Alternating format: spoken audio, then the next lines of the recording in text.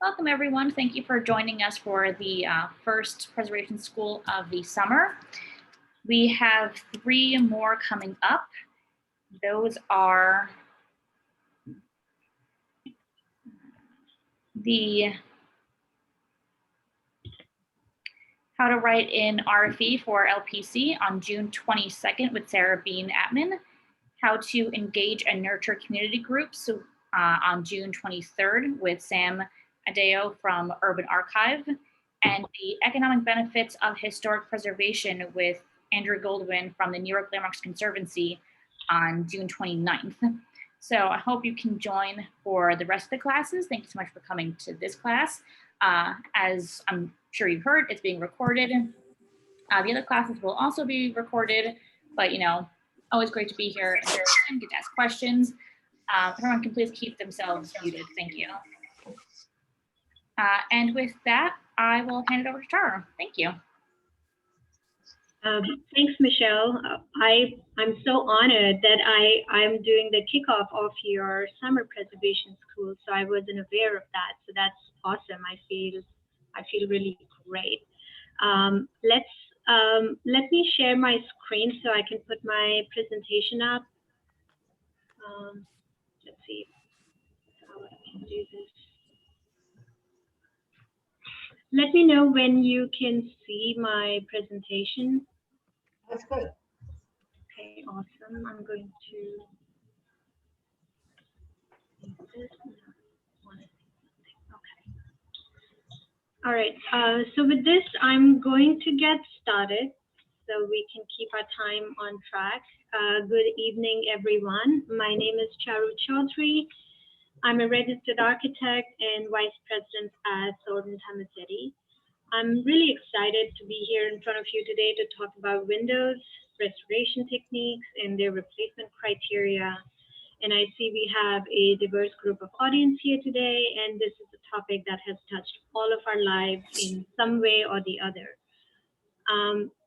What I'm covering in this presentation today is terminology of various different window types, energy performance issues, different kinds of conditions we see, restoration techniques, and replacement criteria, and then follow it up with some case studies.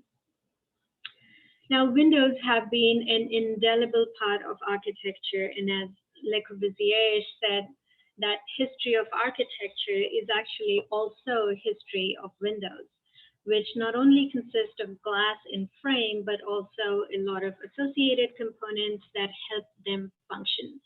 Their purpose is to provide thermal comfort and views.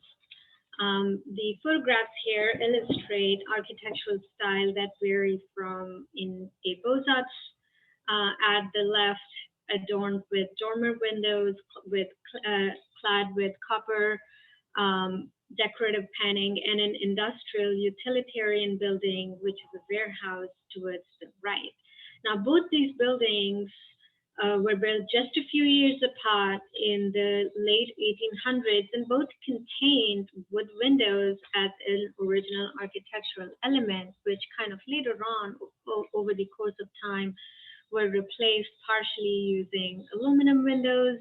And as you can see in the right-hand side windows, some sketchy looking storefronts were added as well. Now, one thing to note is that there are various architectural types of windows as well. Some of the earliest ones were casement windows and fixed windows. So casements pictured to the left and fixed to the right-hand side.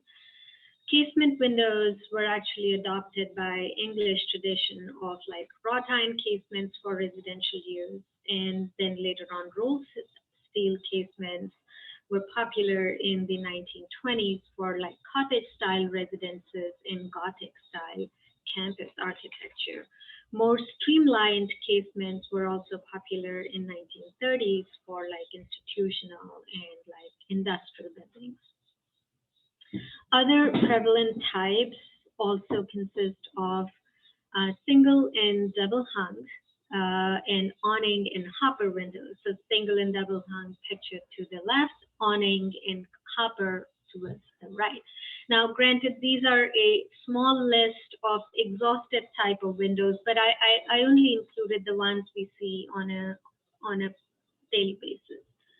Metal double-hung windows were early examples of a building product adapted to meet stringent new fire code requirements for manufacturing in high-rise buildings in urban areas. Soon, they were kind of replaced in industrial buildings by less expensive kind of pivot windows, but double-hung metal windows regained popularities in 1940s for residential buildings, and to date, they stay as the more kind of common one in residential buildings. Now, the oldest material for window construction is really wood, and wood casement windows were probably the first types of windows, especially in residential construction. Wood stayed as the dominant material well into the mid-1800s, and however, because of its swelling and shrinkage problems, all wood windows are not often used today. However, in certain circumstances, they are used if it's historically very significant. The advantage of wood really is its high acoustics property, its thermal properties, and then disadvantages are swelling and shrinkage and susceptibility to moisture.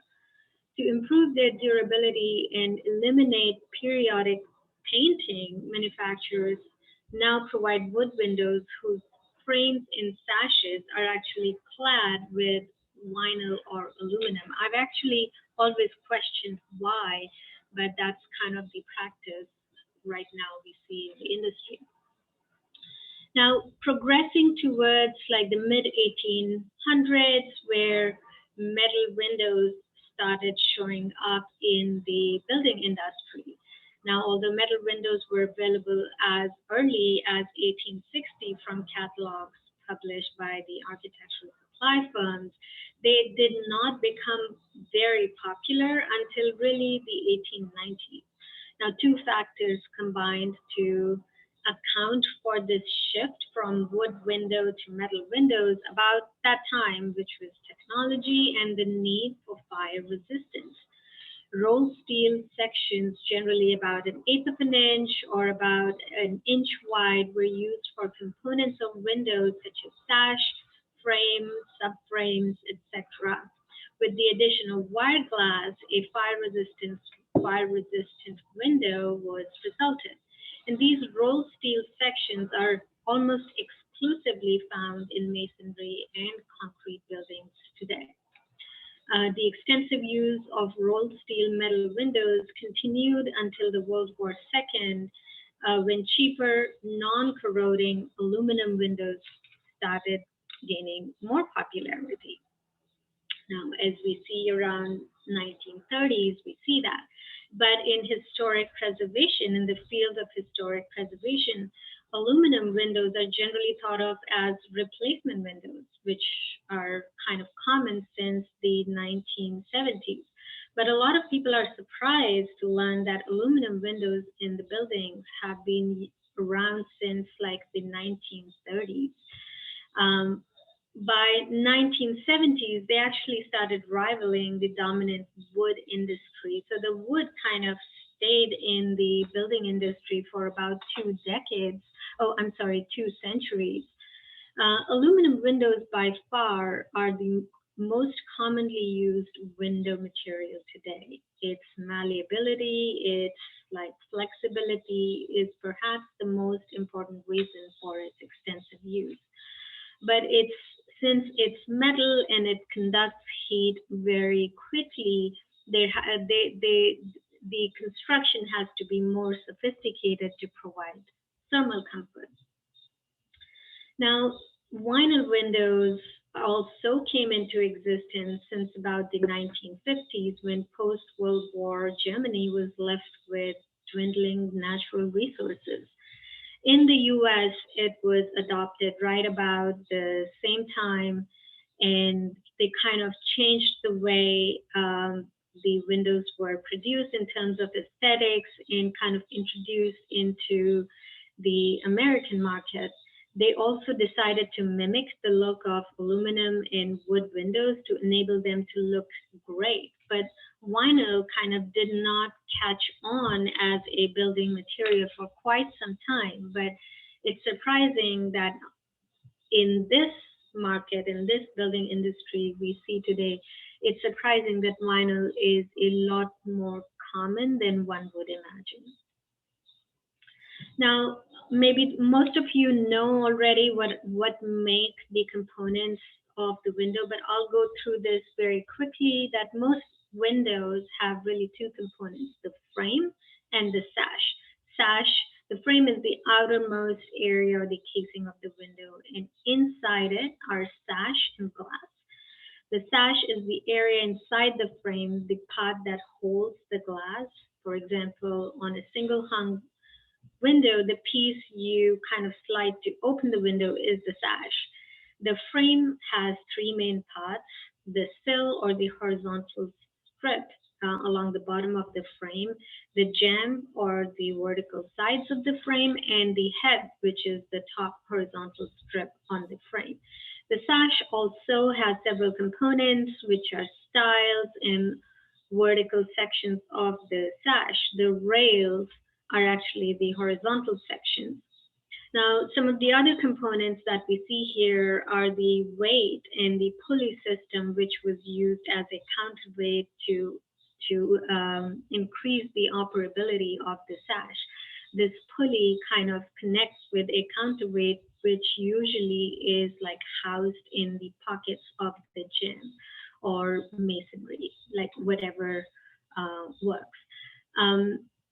There are also meeting rails, which are the horizontal member in the single hung or double hung windows. Also, what's not shown here in this sketch, and I couldn't find a better sketch to kind of show that, is weather stripping, which is a very important aspect of a window. It's actually a strip of a resilient material for covering the joint between the window sash and the frame, and between the frame and the window itself. So this is really important in order to reduce air leaks and prevent water from entering the structure. And we will see it later that how these kind of materials, which were earliest kind of materials, deteriorate over time and lead to poor performance of the window.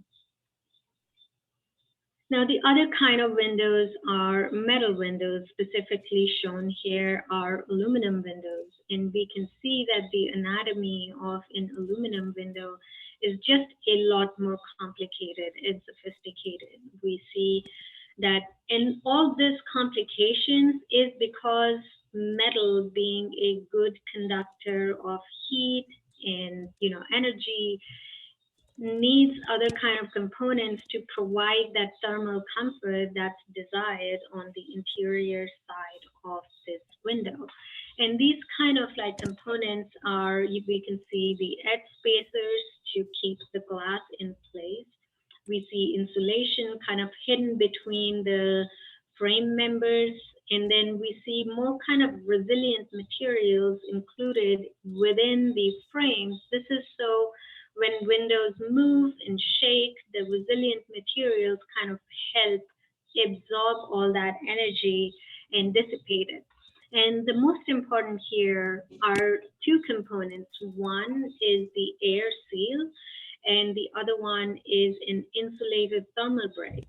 These two components are really super important for effective energy performance of this kind of window.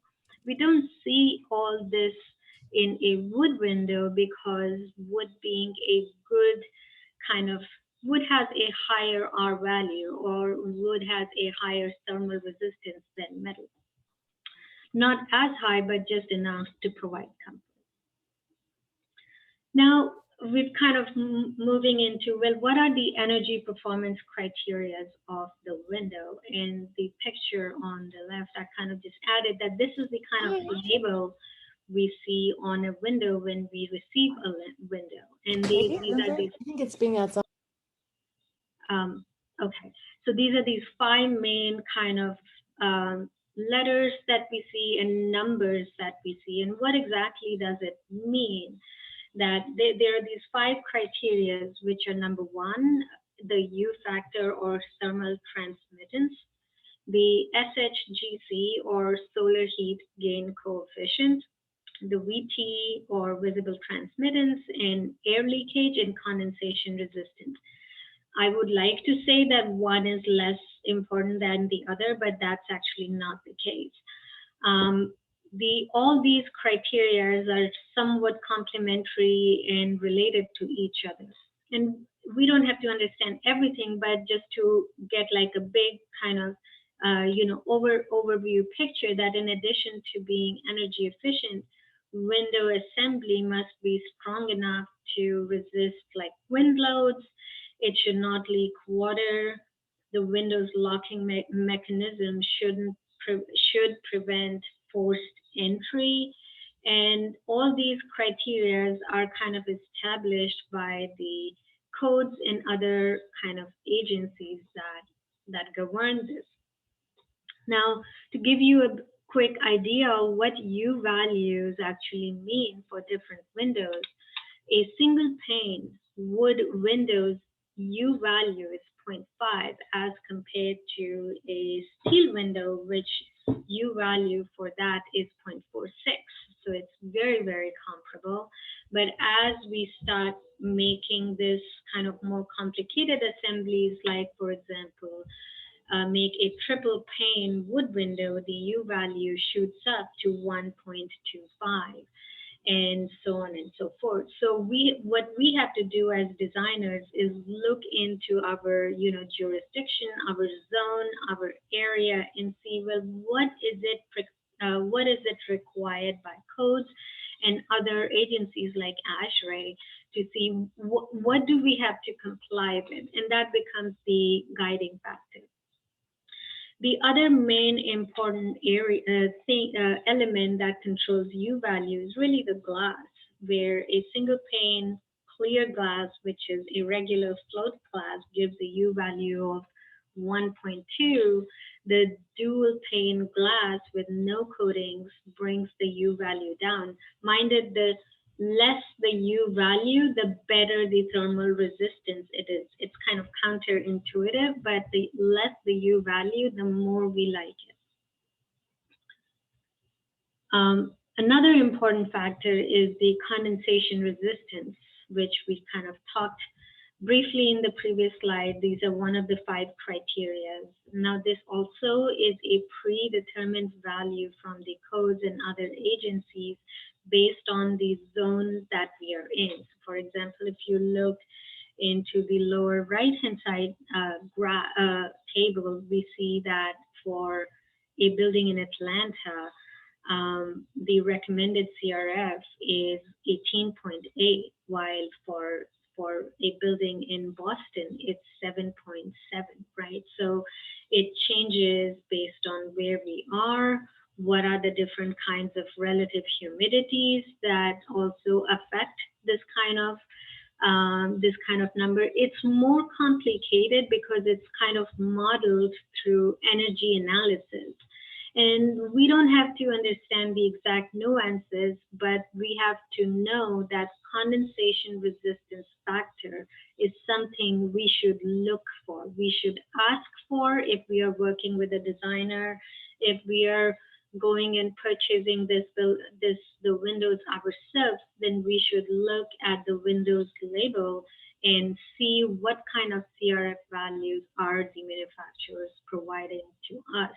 To give a quick kind of like context with this, a single pane wood window has a CR value of 15. It's pretty less, right? But a non-thermally broken steel window, the condensation resistance value kind of shoots up by 10 points, which is 25. So it's good for us. And as we kind of make the window assembly more complicated and induce it with, all thermal components, then the condensation resistance increases in our favor. Another important thing to look at, and I'll go through this really quickly, is like there are three kinds of glazings. The single glaze, which is just made of one layer of glass. This kind of glazing provides very little energy efficiency and has a low insulating value. They're cheaper to install though. The double glass glazing have two panes of glass. This kind of glazing provides, reasonable insulation and noise reduction. And the space can be filled with air or can be filled with more insulating gases like argon. The triple, as you can see, it consists of three panes of glasses. It's probably the most energy efficient glass option that's available to us now, and it provides a really good noise reduction. Another thing to note here is like there is something called a low E coating, which is actually short form for low emissivity coating. Now this is important because it actually reflects back the solar radiation that is incident upon it. So it rejects the heat but lets the light in. So it's really important for us in terms, and the placement of this coating kind of varies if we are in a hot climate or in a cold climate, and that kind of analysis can really be performed based on where we are designing this window for. Now, another factor that determines the admittance of light is really the size of the window. And this aspect is governed by codes. This is a calculation that is also important for window replacement and adaptive reuse kind of projects where, somehow the occupancy of the space is changing, or we are changing windows to conform with a different kind of criteria. So how is the kind of area of the glass being affected by our changes? How is the area of the glass being affected by the replacement window that we are choosing? It's for residential kind of buildings, it's about 8% of the floor areas, and I believe that's the same for commercial buildings as well.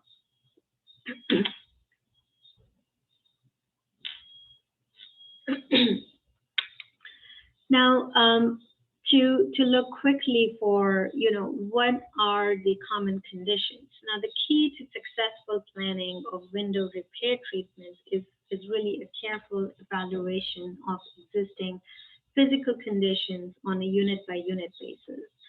A graphic or a photographic system is usually devised to record the conditions and illustrate the scope of work of any necessary repairs in terms of a schedule, which is often called as window schedule.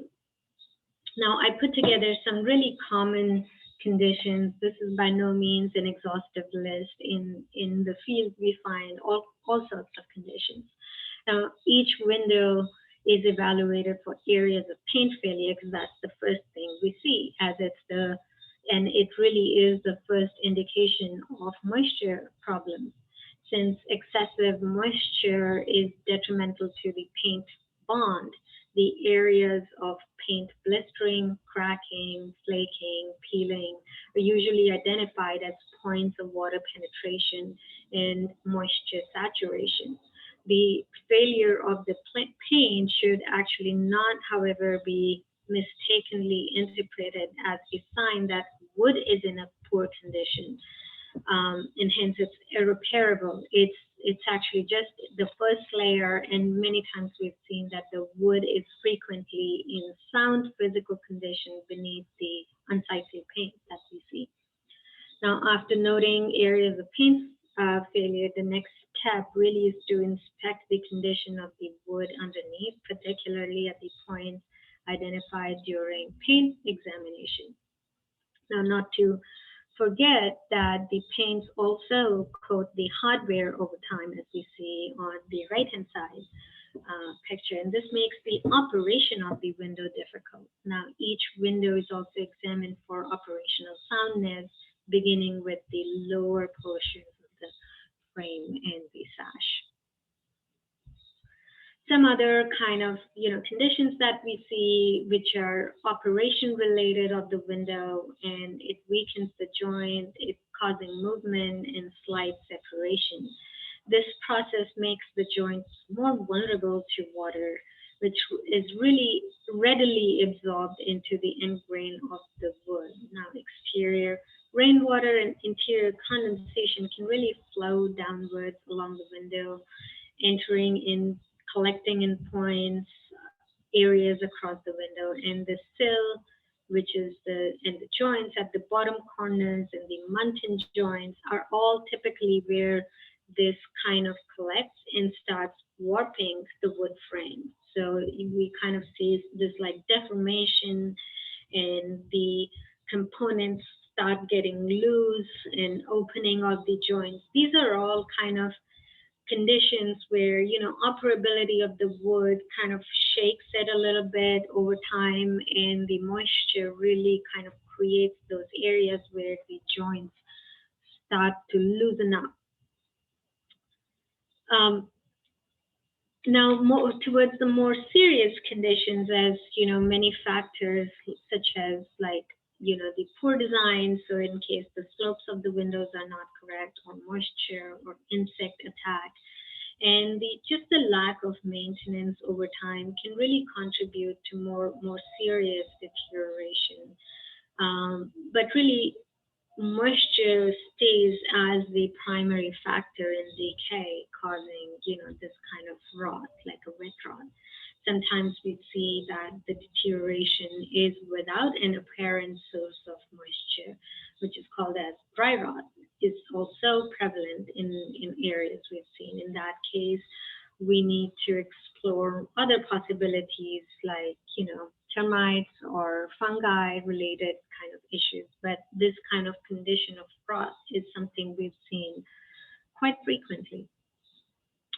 Now, progressing to more, metal windows, where specifically the evaluation includes presence and degree of corrosion. That's kind of the main first thing we look for. It's the condition of the paint, the deterioration of the sections, the weathering of the finishes, condition of the glass, glazing compound, hardware, screws, bolts and hinges, and conditions of the masonry kind of around it. So how is the window fitting into the opening of the masonry, and including the need for caulking or other kind of, improper slopes around the window. Now, corrosion is, as we know, more predominant in metal windows. It can be light, it can be medium, it can be heavy, depending on how much rust has penetrated into the metal sections. If the rusting is merely a surface accumulation of flaking, then corrosion is light. If the rust is penetrated within the metal, it's medium. But if it's really pitting, then it's deep into the metal, and heavy corrosion generally results in some form of structural damage, which can be detrimental. Now, in addition to the corrosion, the condition of the paint, bowing or misalignment of metal sections are also common. Now, the other things, more obvious ones we see are, window perimeter kind of conditions, where we see just like loose and detaching sealants. It really is a sign of like water infiltration over time, or sealants just, have a life expectancy to begin with, and they just over time just reach the end of their service life, and it's something has to be periodically removed and replaced. Other causes can also be like they were not installed correctly to begin with, or they were not of the right material. So all these things need to be looked for when we are doing evaluation of windows. Now, other loose things, components that we see in metal windows are really gaskets. Gaskets are like gaskets are something like a preformed sealant that's housed around the glass to fit the glass correctly into the pocket of the metal. And this is important to stay in place because this is really, its function is to stop air and water leakage. But as we see over the course of operation of Windows, just age and weathering and moisture related issues, these kind of components can become loose and start detaching from the assembly. And also should be noted for replacement if repair is being considered for the Windows. Other important and quite obvious things are the putty or the caulking around the window panels. Its formulation is such that it just gets dried over time. It has a life expectancy, and when it gets dried, it starts detaching. It becomes brittle, and at that time, it's advisable to just remove and replace this element for windows to achieve proper functioning. Other things to look for is that the glass could be just damaged, cracked, and delaminating, and it's really impacted by, sometimes it's wind-borne debris. And if that's the case, then maybe it's more important, maybe it's better to replace a float glass, single pane float glass with something which is more resistant to wind debris, like a laminated glass or a tempered glass. But all these things we look for when we do the evaluation of the windows. Now, there are interesting diagnostic tools available also, and I wanted to just add a quick slide to it that, there is no comparison to visual investigation of all these issues that I was talking about, but there are various diagnostic tools available to look for potential issues with window installations as well. Most commonly are these two types, which are the IR thermography, also it's infrared thermography using cameras, and a blower door test, which is a more physical kind of test, and we have to kind of engage a third-party person to conduct this test for us. Both of these provide different but complementary information with each other. The IR determines the areas of differing temperatures, which can correspond to components like missing gaskets or sealants or condensation around the windows, while the blower door test really measures air leakage, and there are standards to which these two tests need to conform to. Following the inspections and analyses, a really plan for the restoration needs to be formulated. These actions are necessary to return the windows to more efficient and effective working conditions, and will fall into one or more of the categories like routine maintenance kinds or repair, or more like weatherization. Now, some of the more routine procedures are, for windows at least, are just removal and replacement of paints, right? So paint removal begins on the interior frames generally, and then it kind of goes towards outside. It can be accomplished by various ways. And the easiest way is to just take a utility knife and start scraping the paint off. After this, it's much easier to remove the stop and the parting beads so that the sash can be removed easily. However, sometimes if the paints are more stubborn, or there have been various layers of paint used, a heat treatment can also be used, and this is really effective. I've used this personally as well. It really lifts the paint layers by itself. But the only thing is that during the use, the glass should be removed or protected from the sudden temperature change, which can cause breakage. If both cannot be used, then paint strippers are available as chemicals as well. We try not to prescribe that because we try to kind of stay on more mechanical procedures, but sometimes it's unavoidable to use chemical means of removal. Now, after after the window paints are removed, then the other things, the other components to take care of are weather stripping and sash repair. The window which is repaired needs to be made energy efficient, and the way to do it is by weather stripping, which is a wide variety of products are available to assist in this task. Felt is used traditionally, but it kind of deteriorates over time. Its disadvantage is just it absorbs and holds the moisture, which is kind of opposite of what it needs to do. So now these days, rolled vinyl strips are available, which can be tracked into place using at appropriate locations, or metal strips or new like plastic spring strips can also be used in between the channels between the sash and the jamb. Weather stripping is a historic treatment, but old weather stripping is not advised to remain on the windows. We always prescribe to remove and replace it. Now, other kinds of procedures which are more stabilization related is just really repairs to the frame, using fungicides, etc. Wood can also be strengthened and stabilized by consolidation using semi-rigid epoxies like multi-glaze, which saturate the porous kind of decayed wood, and then it hardens kind of medium. It's not too hard, but it's not too soft. The surface of the consolidated wood can then be filled by, like a semi-rigid sort of filler material. It's a patching compound. It's then sanded and painted.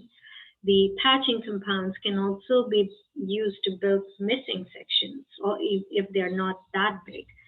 And the profiles can be duplicated using different kinds of hand molds and stuff. Although epoxies can be comparatively expensive, they hold the promise of being the most durable and long-lasting materials available for wood repair.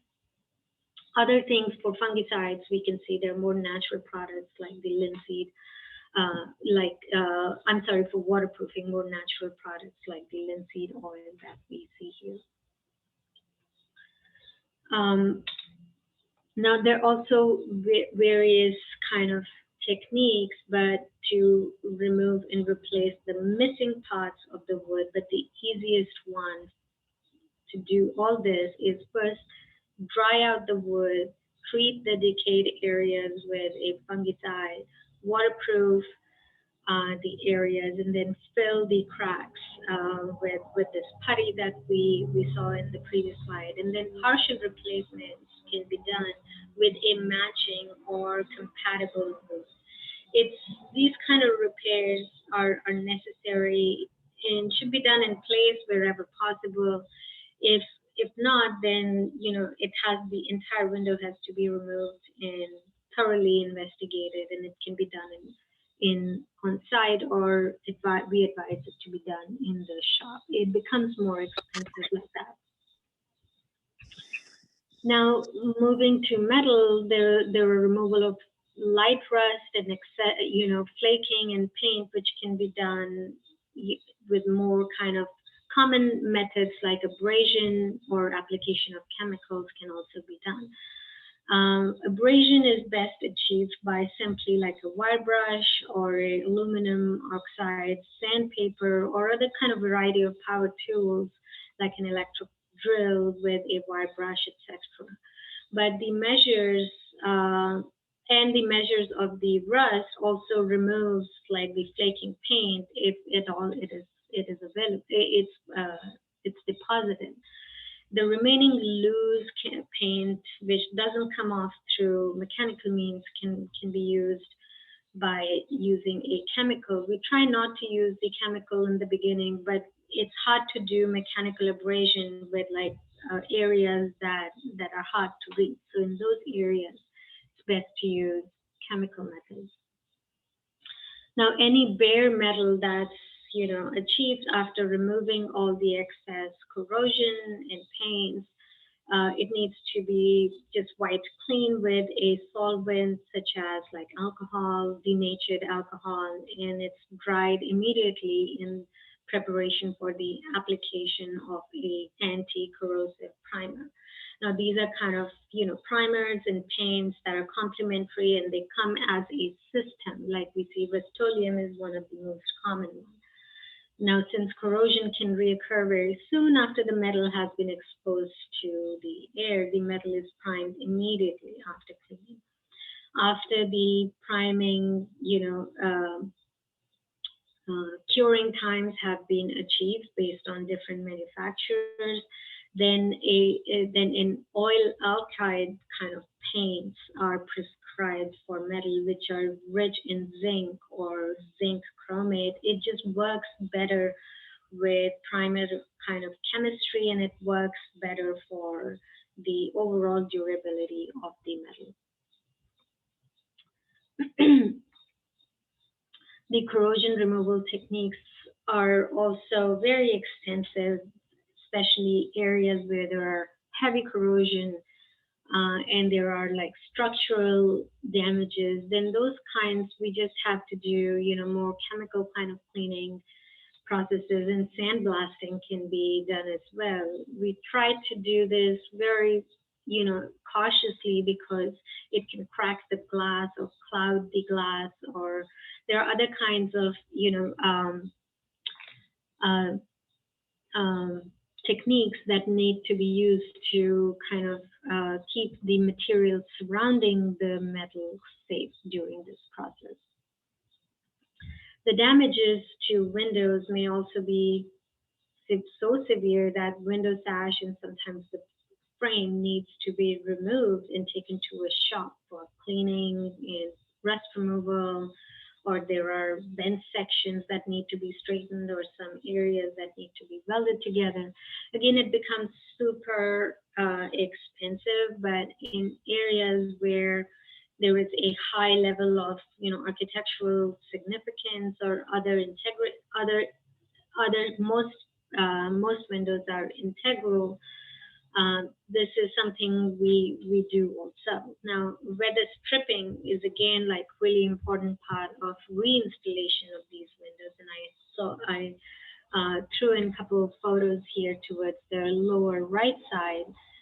These are these are metal weather stripping strips, but the other ones available are vinyl, compressible foam, or other sealant beads are also used, but metal, of course, has the longest lifespan that's available.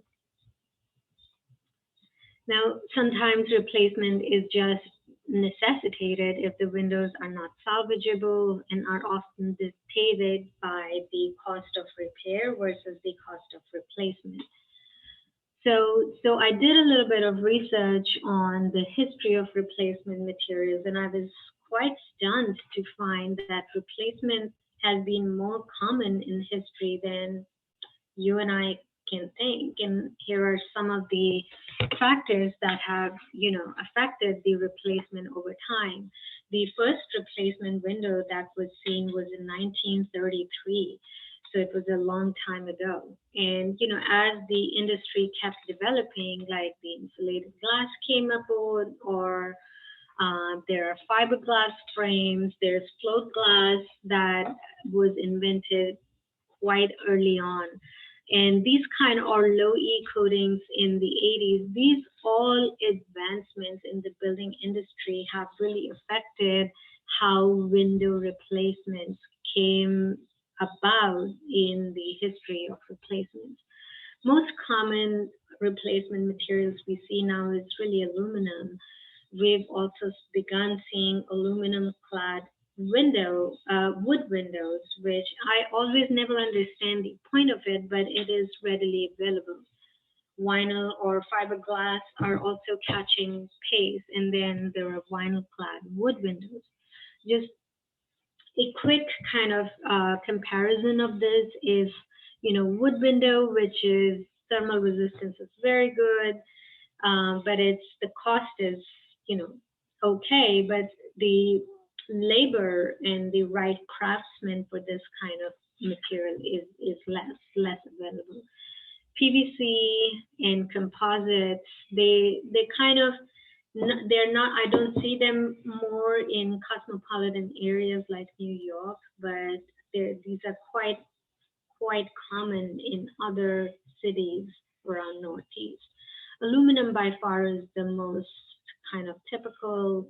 The standards have been developed towards to New York City Zone 4, and the costs are very comparable to, the kind of value that they provide. Some other pros and cons architecturally can also be evaluated with different kind of windows. And all of these are great kind of choices, but we have to evaluate in the context of the architecture, the window sizes, where the windows are located, and what are the expectations? What are the durability expectations? What is the cost available? And what's the maintenance criteria that we need to assign for it? Another important thing to remember in replacement windows is that they really affect the sight lines. So a steel window, which a thinner section can be used in the entire window assembly, we see there's a lot more glass can be used, leading to a lot more light into the space, as compared to fiberglass frames, which are not as strong structurally. So a thicker frame needs to be used to house the same kind of glass, and more sections of the framing material needs to be used, which kind of lowers the output of light through the window. Now I'll quickly go over some case studies on how these principles were used. The MacGregor Hall at Mount Holyoke College, it's in Massachusetts, where these were beautiful steel windows in a campus building, and as we can see, the steel was badly rusting throughout. There was no thermal comfort for the housing that these windows were installed for, and we can see just a large-scale condensation at the lower right corner, and like corrosion-related issues. So what we kind of did an analysis here, a complete energy analysis of how much energy is being lost through condensation, and we provided a replacement window for thermally broken aluminum. But in real life case studies, costs become super important, and the way kind of this was we came about to using fiberglass instead of a thermally broken aluminum window is that fiberglass provided a reasonable thermal comfort, although not as much because it's just not metal, so it's thermally more efficient than aluminum. But the costs were quite less. And when we did the value analysis of cost versus comfort, it kind of provided a like medium size kind of value to us for this kind of replacement. So in this context, fiberglass was chosen, although the sight lines were minimally reduced, but we checked according to the codes, we still stayed within the 8% of the floor area, and this was approved. This replacement was approved. Another kind of windows we see a lot are wood windows, and there are sometimes, as we see here, like the deterioration of these wood windows were just beyond like repair in place, and the only way to salvage these windows would have been remove it continuously and take it to the shop and then repair it, and which kind of increased the costs monumentally. So in this case, there was a replacement material chosen, and the replacement was a vinyl material rather than wood, because wood is very wood is just not a common replacement material now, just because of the challenges involved with a wood window. And vinyl, although it doesn't provide the warmth of a wood window, but it's a good resilient material, and it provides a reasonable thermal comfort simply because it's just not metal, and it can be less sophisticated to provide a good enough comfortable window. It's generally not liked by preservationists or by environmentalists because it kind of mimics the historic wooden window without the character, but it's also not, its recycled content is quite low as well. Most, most like wood windows in bigger institutional buildings where deterioration is very strong, as we see over here, are replaced with aluminum windows. Now, there's with two kinds of windows. One are these round decorative, round dormer windows with decorative copper surrounds. And in here, all the copper surrounds were, repaired and placed with minimal exception of replacement, but the windows were removed from wood to aluminum. And it was okay to remove wood windows because wood can be recycled and aluminum can be molded to kind of to the wood sections and are more insulated and thermally more comfortable. Same kind of thing, replacement done for a double hung window in the same campus, where all the original pannings and trims were retained, but the frame and the sashes were removed and replaced to match originals. Another kind of project we did, which is 205th Avenue, it's kind of a very different project where the original windows were copper windows, and they were deteriorated beyond salvage, as we can see. But also in the street-facing facades, the copper windows had copper pannings.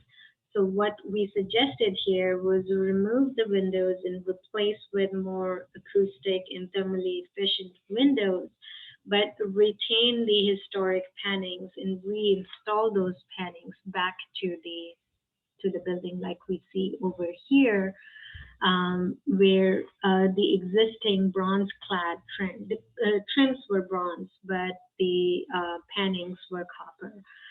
Need to be set in a full bed of sealant and secure with copper finish and screws and solder around the areas. And the same thing we did around at the window sills, where we retained all the copper surrounds and kind of integrated that with the wood windows. With the new aluminum windows that we installed in the building. And here is just the end product. We kind of kept the patina of the copper the way it is, and it integrated very well with the newly installed windows. And that's my presentation. I will open it back to comments.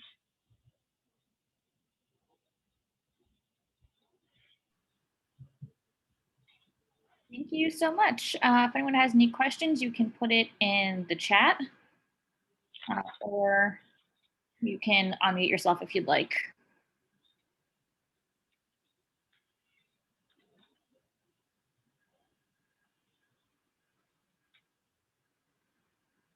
If you want me to put the presentation back on the board, I can do that as well.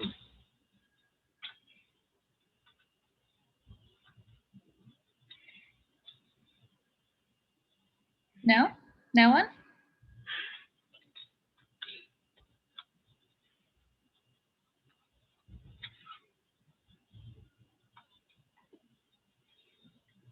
I see some comments. We're trying to keep our historic windows. I'm wondering if it's possible to add multiple panes of glass to historic panes. That's an excellent question. And, I'll give you, Heather, Hi, Heather. I'll give you my experience. So, I was working on a on-food foundation, and it has, I don't know if you've gone inside that building. It's marvelous, and it has this gorgeous skylight. You enter, and it's a older construction skylight. It had single pane glass, and it's kind of housed in a metal frame, which only allows that thickness of glass. So if we change the glass, we really have to do a lot of changes to the frame, and sometimes it's not possible. But there are other times it is possible. So I kind of want to say it really needs some analysis and like understanding of how your historic frames are and what's the material like. Sometimes it's possible to just modify the frames to get a thicker kind of housing area for the glass, and another pane can be added. But it's also something we can check, that based on your space and your needs and what's the level of condensation available, like what exactly constitutes a thermal comfort. Can we do something different? Like, can we install a low E coating to achieve a little bit more thermal comfort? There is another kind of coating available, which is something like an insulating coating. It has a little bit more value than a low E coating. So it's more insulating, it's more thermally comfortable. And those can also be applied on the glass to provide more comfort. So my blanket answer to your question is, I always think that things are possible. If not just adding multiple panes, then achieving thermal comfort in a different way can be looked into.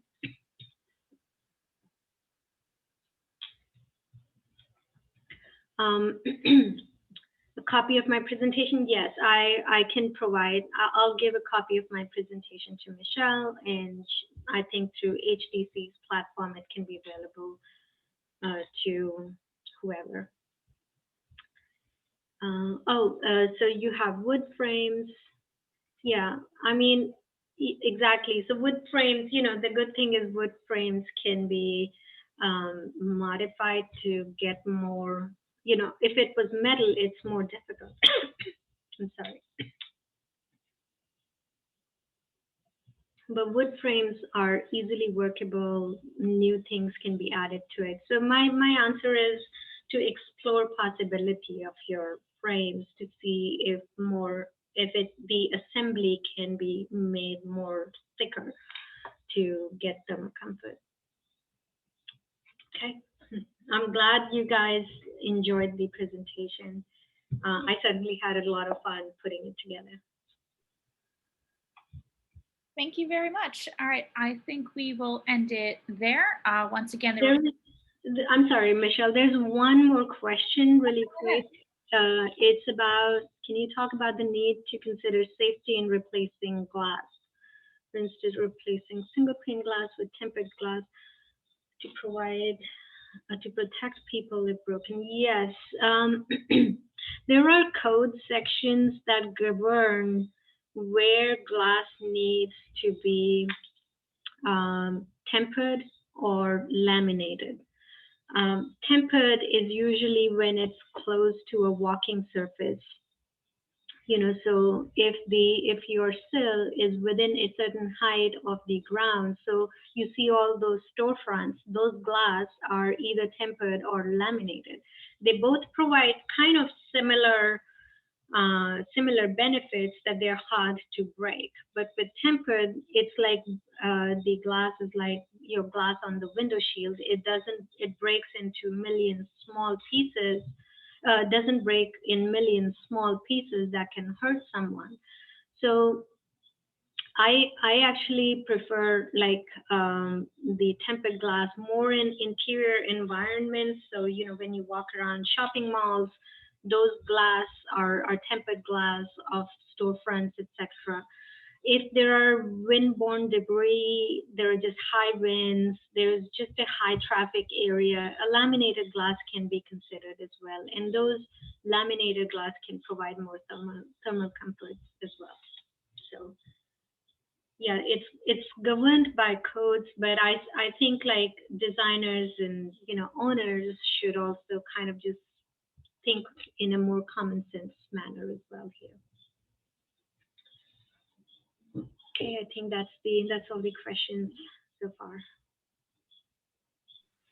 Great. Well, thank you again so much. This was fantastic. I will send the presentation out to everyone who came today, and we will also post it on the HGC website.